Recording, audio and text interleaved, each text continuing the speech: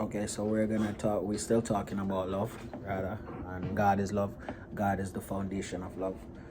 If we don't love God, we, cannot love others. If we don't understand the love that God have for us, how can we love others? As followers of Christ, of Jesus Christ, the word of God said we are to be known by love. By this shall all men know that you are my disciples, that you love one another, right? Yes. So Jesus' command is for us as his followers to love one another. So just as he loved us and gave himself for us. And this is the thing that, to be honest, this one hits me all the time, because the word of God said that he loved us to the point of death. And he loved us to the point of death. He gave his life for us, and he does this because of love.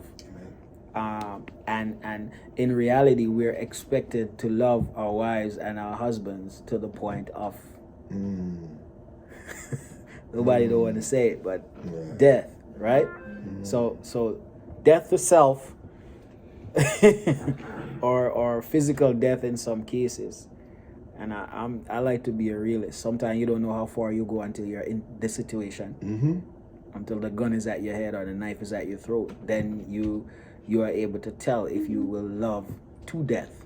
But we are to have that love where we are dying to self.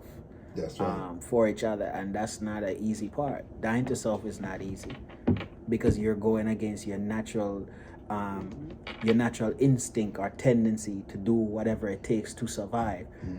Someone bruise you, or your spouse bruise you, say things to you that you don't like.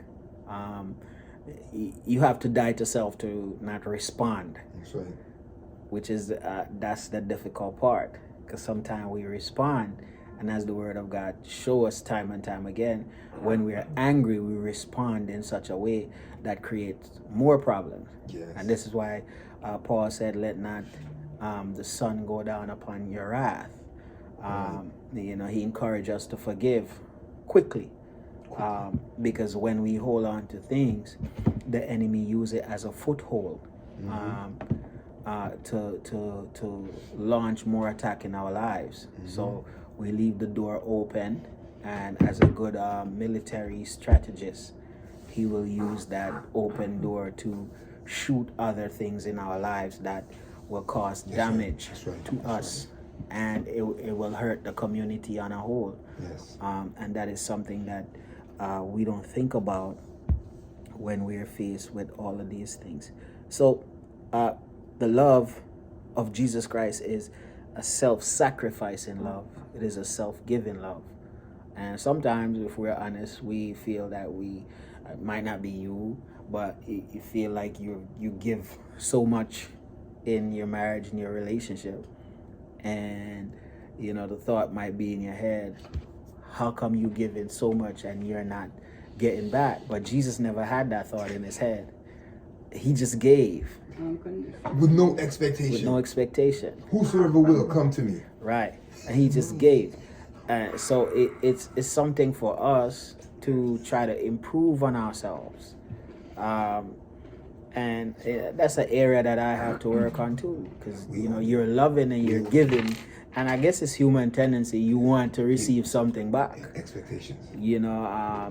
Expectations, that's the right word.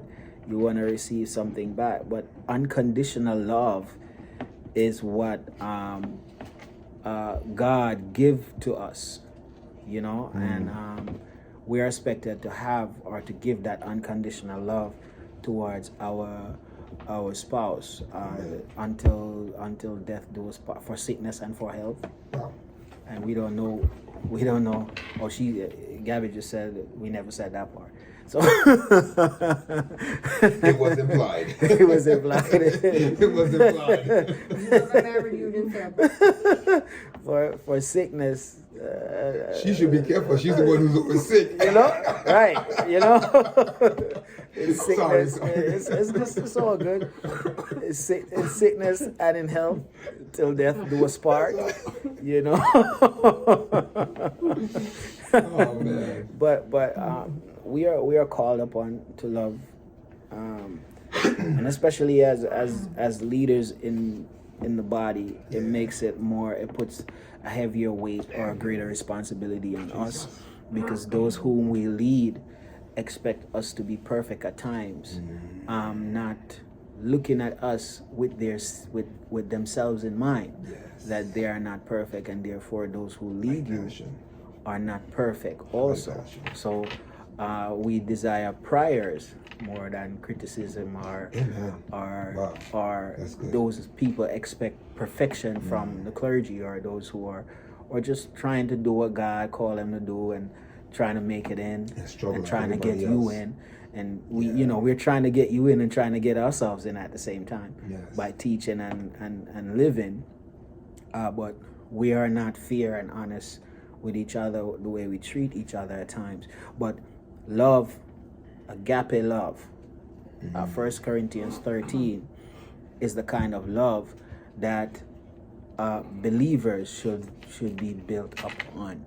So that's what I have to say where this is concerned for now. So thank you for hearing me. Amen. All right.